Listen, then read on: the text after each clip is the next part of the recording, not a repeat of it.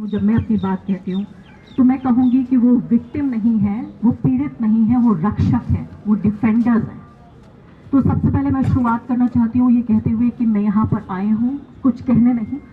मैं जो यहाँ फैमिलीज आई हैं, जो रक्षकों की, डेमोक्रेसी डिफेंडर्स की फैमिलीज हैं, वो माएँ और वो बाप और वो बहन और वो भाई हैं जिन्होंने ऐसे बेटे और बेटियों को जन्म दिया जो दुनिया के सबसे बड़े लोकतंत्र को डिफेंड कर रहे हैं।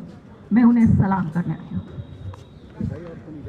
तो सबसे बड़ी बात तो मैं यही कहना चाहती हूँ। दूसरे, मैं ये नहीं कहना चाहती कि मैं उन्हें कोई आशा देने आई हूँ, कोई उम्मीद देने आई हूँ, कोई ढांढस बताने आई हूँ। मैं यहाँ ये कहना चाहती हूँ कि मैं उनसे कुछ उम्मीद लेने आई हूँ। मैं उनसे ये पूछने आई हूँ कि जब आपके जीवन में, आपके दिन में जो सबसे अंधेरे, सबसे डार्क जो लम्हे होते हैं, आप उन्हें कैसे फेस करते हैं? जब उमर की माँ को उमर की याद आती है, जब खालिद सैफी की बीवी को खालिद सैफी की अपने पति की याद आती है, जब बच्चे उनके बिना बड़े हो रहे हैं और जब वो दर्द सहना मुश्किल होता है तो वो क्या करते हैं? और मैं ये उम्मीद और ये एक शिक्षा उनसे इसलिए लेने आई हूँ क्योंकि अक्सर ऐसा होता है आजकल कि जब मैं कोई बात कर रही होती हूँ, कई दिन मेरे पास ऐसे आते हैं जब मैं कैमरे के सामने बैठी होती हूँ, माइक मेरे पास होता है और मेरे पास कहने के लिए कुछ नहीं होता क्योंकि मैं इतनी निराशा से भरी होती हूँ। तो मैं उनसे ये पूछना चाहती हूँ कि जब आप निराशा से भर जाते हैं तो आप क्या करते हैं?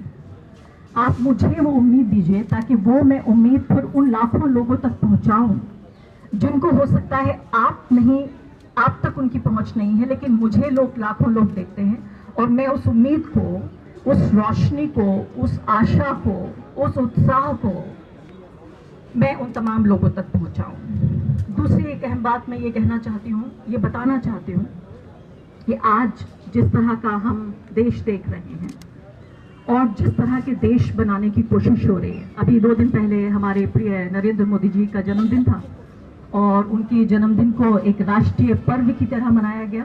अभी मैं रास्ते में आ रही थी तो उनके जीवन पर एक प्रदर्शनी लगी हुई है, उनकी लाइफ की जर्नी पर। मैं तो सोच रही हूँ कि पिछले 30 साल से नरेंद्र मोदी जी जिस पब्लिक लाइफ में है, उनका एक दिन भी मिस नहीं हुआ कि उन्होंने एक दिन क्या किया वो कैमरे पे रिकॉर्ड ना हुआ हो। वो तो अपनी माँ से मिलने भी गए, तब भी कम से कम 20 कैमरे वहाँ मौजूद थे जो हर एंगल से कवर कर रहे थे। तो उनकी ज़िंदगी के तो सार्वजनिक और निजी पहलू भी हमें पता है, हर घंटे वो क्या कर रहे हैं हमें पता है।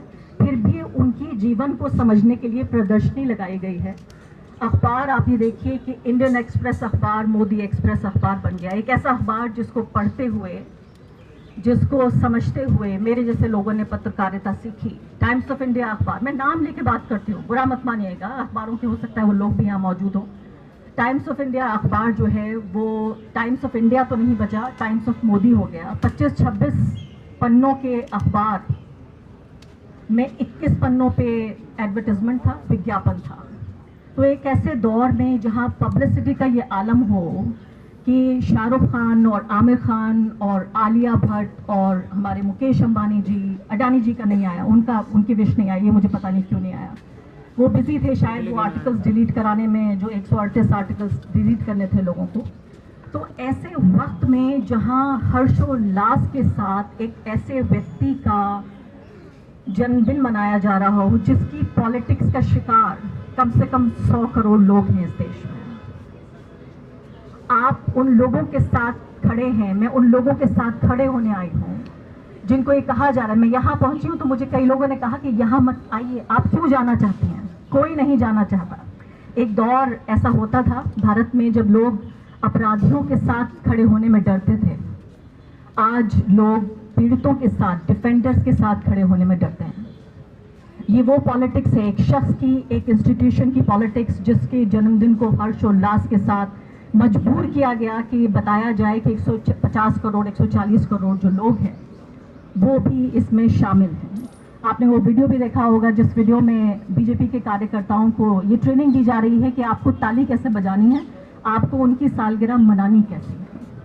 तो मैं ये बताना चाहती हूँ कि जिस तरह का मुल्क बनाने की यहाँ पर कोशिश हो रही है और बड़े नाकाम तरीके से वो देश बनाने की कोशिश हो रही है, जिस संविधान की हत्या करने की कोशिश हो रही है, इसको 2025 नहीं लगता ये बनने में, अगर शाहीन बाग का आंदोलन नहीं होता।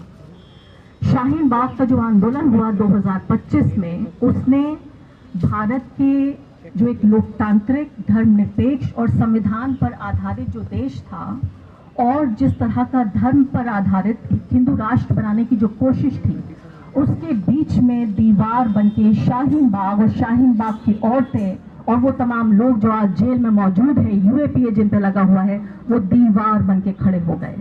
वरना ये देश 2019 में ही वो देश बन गया होता जो ये आज बनाना चाहते हैं।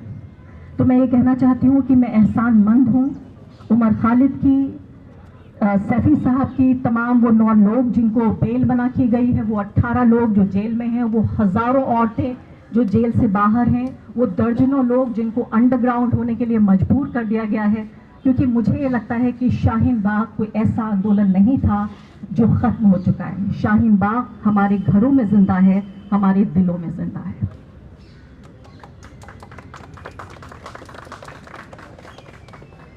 और जितना ज़्यादा इस आंदोलन को दबाने की कोशिश होगी, आंदोलन देखिए, आंदोलन के कई तरीके होते हैं। कभी कभी आप आंदोलन करते हैं सड़क पे आके नारे लगाते हैं, कभी कभी आप आंदोलन करते हैं जब आप एक लेख लिखते हैं, कभी कभी मैं आंदोलन करती हूँ, रोज मेरा काम है, लेकिन कभी कभी मैं एक ऐसा वीडियो बनाती हूँ जो वीडियो मेरे लिए एक रेजिस्टेंस के एक सिंबल के तौर पे होता है। जैसे मैं एक आंदोलनकारी हूँ, ऐसे भी कभी वीडियो बनाती हूँ। आप लोग यहाँ तमाम जमा हुए हैं, आप में से बहुत सारे लोग, आपके पास बहुत काम होंगे, जैसे कि अभी सरकार विकास के कितने कार्य कर रही है, दिल्ली सरकार अभी क्या कर रही है, उनका सबका ढिंढोरा पीटना है।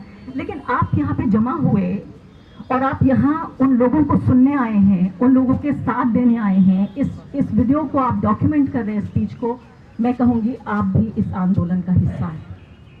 तो बहुत बहुत शुक्रिया आप सबका यहाँ आने के लिए और हमें ये बताने के लिए कि उम्मीद हम नहीं छोड़ेंगे, हम इस देश को बचा के रखेंगे, बना के रखेंगे, ये हमारी जिम्मेदारी है, ये हमारा वादा है। हम जवाहरलाल नेहरू, मौलाना आज़ाद, महात्मा गांधी के वारिस हैं। वो ये देश